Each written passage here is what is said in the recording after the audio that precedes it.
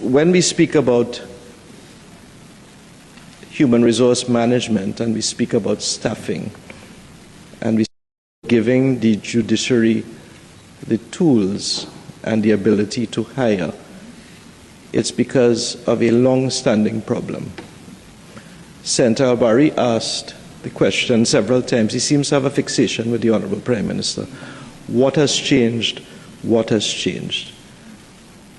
As the Honorable Attorney General said when he opened, it is the duty of a government to bring to the Parliament measures which can assist the judiciary. And they must be brought within a constitutional structure. So, Senator Albari is not here, but through you I would want to tell him, opposition is opposition, but government is government.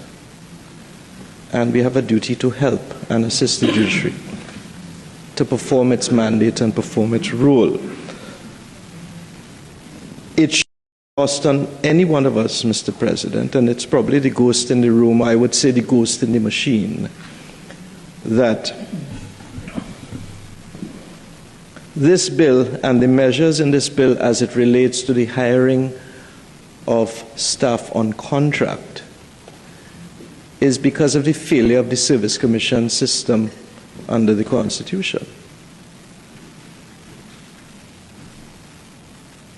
I'll give you an example of it. In 1998, we started the Judicial Sector Reform Project. I worked with Justice Greenslade on the new rules of court. And we went through a period of training our clerks in the new rules of court, giving them lectures, administering exams, so that they may be identified for any rules that we hope that the Service Commission would classify them, which never came to be. And a lot of the staff that we trained who had experience left the department because they were either seconded or they were promoted out of the department. There was no certainty. And coming back to this bill, what this bill does is, within our constitutional structures, which successive governments have tried to work around because of the behemoth service commissions, is for Cabinet to create contract posts to fill departments. As the Honorable Prime Minister said last week, Thursday, on the occasion of commemorating the head of the public service in office, Mrs. Natasha Barrow, she was confirmed.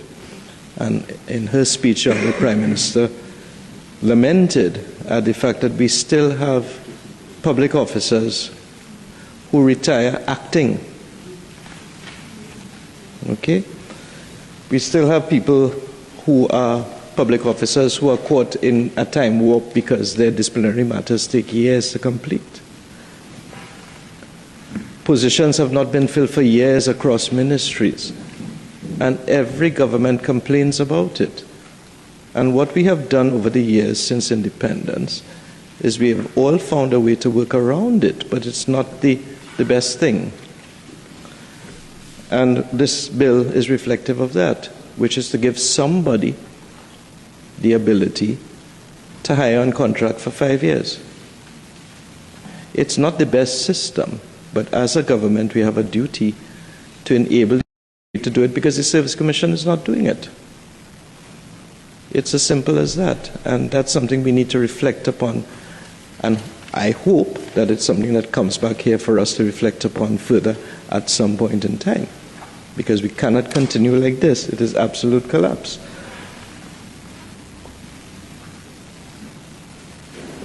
And there are other reasons for that.